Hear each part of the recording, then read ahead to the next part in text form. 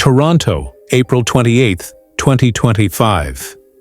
A dramatic twist has just been confirmed at the Scotiabank Arena.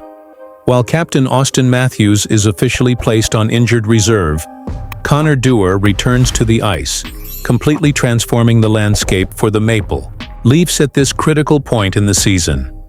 The history of the Toronto Maple Leafs has always been marked by moments of adversity, followed by adaptation.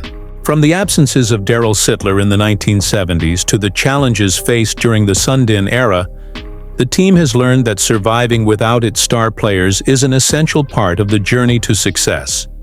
Now, as Matthews joins the list of inactive players, the organization faces a familiar dilemma.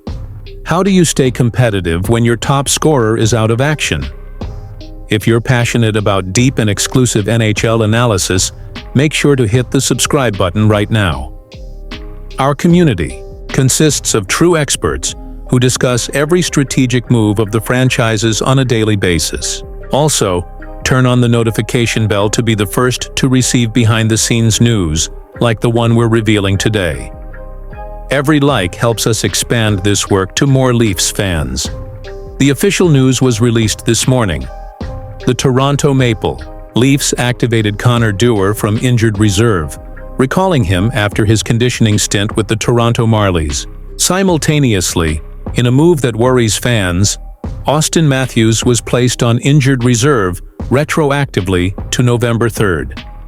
Dewar, who underwent surgery to repair a torn labrum after the violent encounters against the Boston Bruins in the 2024 playoffs, surprised everyone with his rapid recovery. In his only game with the Marlies as part of the conditioning process, the 25-year-old forward already showed his worth with a goal and an assist, even in the 4-2 loss to the Cleveland Monsters. Dewar's presence in the AHL was a rare event in his recent career, being his first stint in the league since the 2021-22 season, when he recorded an impressive 17 points in just 19 games with the Iowa Wild before his arrival in Toronto. Internal sources reveal that this simultaneous move is no coincidence. Since Dewar was acquired from the Minnesota Wild at last season's trade deadline, the Leafs front office had been building a plan B for moments exactly like this. In his first 17 games with Toronto, Dewar quickly established himself as a key player on the penalty kill, scoring 1 goal and adding 5 points in the process. The Maple Leafs medical department remains tight-lipped about the true severity of Matthews' condition, but experts close to the organization point to a possible muscle overload that had been monitored since the beginning of the season. The decision to place him on injured reserve now, at such a crucial point in the schedule, suggests a preventive approach aimed at the playoffs. In the halls of Scotiabank Arena, the atmosphere is one of controlled concern. Brad Treliving, the Leafs GM, has been holding daily meetings with the coaching staff to reshape the team's offensive and defensive strategies. According to exclusive sources, Dewar's accelerated recovery was the deciding factor in making the decision regarding Matthews now. For the media, the official line is precaution, but internally it is known that the coaching staff was waiting for just this moment to test the depth of the roster before making any possible moves in the market. What does this scenario mean for the Maple Leafs in the coming weeks? Statistical analysis paints a challenging picture. Last season, when Matthews was absent, the team's offensive efficiency dropped by approximately 22%.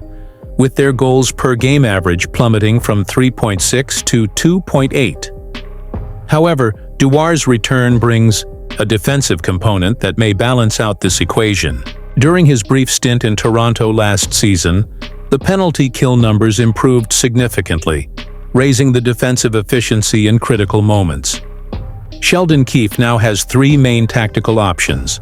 He can move Nylander to the center of the first line, creating a vacuum on the second unit. He can promote John Tavares back to the top center role, something that has worked only partially in the past. Or he can implement a completely new system, prioritizing speed and defensive pressure with Dewar as a key piece in specific situations. The schedule does not favor experiments. Toronto faces 3 direct divisional rivals in the next 2 weeks. Every point lost now could mean a crucial position in the playoffs later. Treliving also doesn't hide the fact that the market is being actively monitored. Sources close to other franchises confirm that Toronto has already made initial contacts regarding the availability of offensive centers from at least 4 different teams. The real test for this new configuration of the Maple Leafs begins now. Will we finally see the emergence of a solid defensive identity in Toronto? Or will Matthews' absence only highlight the chronic dependence the franchise has on its captain? Leave your opinion in the comments. What would you do if you were Sheldon Keefe for the upcoming games? In the next analysis, we'll exclusively reveal which players are on the Leafs' radar for a potential emergency trade and how this could completely change expectations for the season. The next 72 hours will be crucial for the immediate future of the franchise. If you want to continue receiving in-depth analyses and exclusive news like this, don't forget to leave a like and subscribe to the channel. We are tracking 24/7 all the moves in Toronto and across all the top NHL franchises. Your participation in the comments also helps shape our next content. See you in the next video.